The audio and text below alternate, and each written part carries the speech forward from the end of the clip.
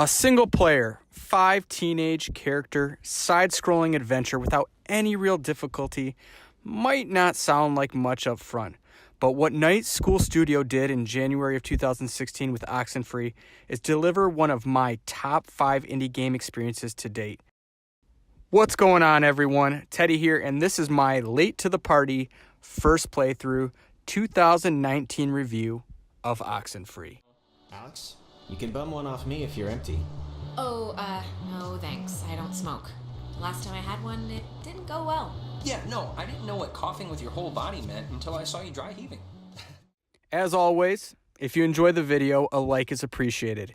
If you would like to stay up on my future content, please hit the subscribe button and the notification bell next to it to be notified of when a video is uploaded.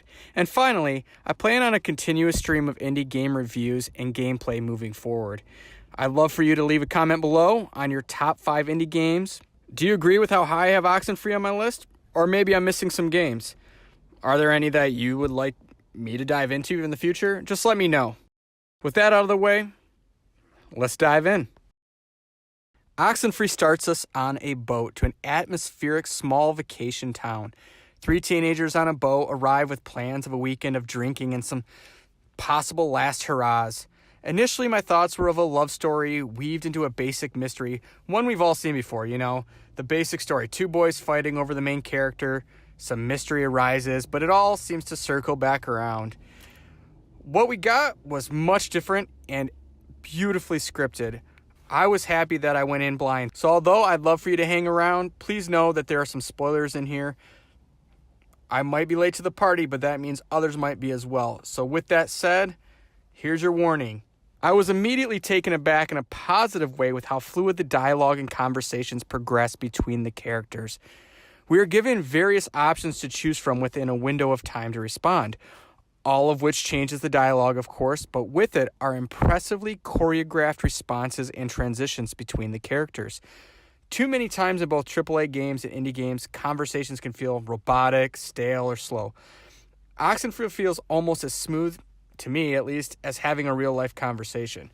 Within the first 10 minutes, you are introduced to really your only tool throughout the game, a radio, in which you can change the frequency. And Oxenfree from there takes us on this unexpected adventure with a history of the town, a different plane of existence, and a fight for survival. Each of the locations throughout Edwards Island are unique and work well visually with the game's story. The entire atmosphere, along with the small glimpses at the powers at work, are eerie, thought-provoking, and made me want to continue playing.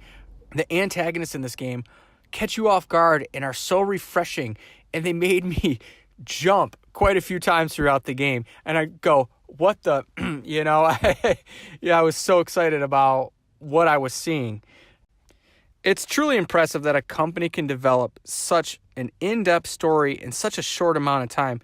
I finished the game in about 4.5 hours. I've heard that it can go anywhere from 4 to 10 hours, especially if you're trying to get all of the achievements. I didn't get all the achievements, and I'm sure I missed some of the lore kind of hidden within the game, but what I got was just so much fun. And in my opinion, if you play this and don't immediately want to play it again, then please explain the ending to me and why you don't want to jump back in, because I thought immediately of turning it off, starting all over again, and seeing what else I could find, and seeing if I could maybe replay that story, find some little intricacies that I had missed to help explain kind of what had happened at the end. I have a pretty good idea, but it still resonates with me, and I love that about this game. You know, Night School Studio did such a phenomenal job with weaving suspense, these visually stunning environments, and absolutely simple gameplay into a game that, again, I keep thinking about days and days later. I am now a week after Oxenfree, and I continue to still think about going back and playing it again. There are very few games ever that have done that for me, and that is why, by far, Oxenfree is a top 10 indie game for me. So I've talked up the game. I've already told you this is one of the best games I've played as an indie title. So how do I rate this thing? Oxenfree gets a 9.5 out of 10 on my personal scale. This is a rare time where I wish I had known more, if I could continue to learn more about the world. I want to keep playing. I want to dive back in. That doesn't happen too often. And all I can say is thank you, Night School Studio. Thank you for producing Oxenfree. I hope that we get more from you in the future.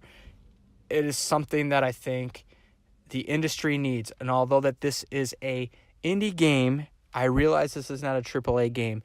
It's refreshing to be able to play something complete the first time through without having to wait for patches.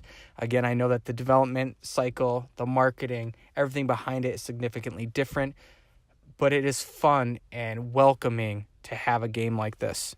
With that said, I hope that you all enjoyed my review of Oxenfree and welcome you to take a look at my Twitch channel, Twitter, Instagram accounts. They're all on the screen right now.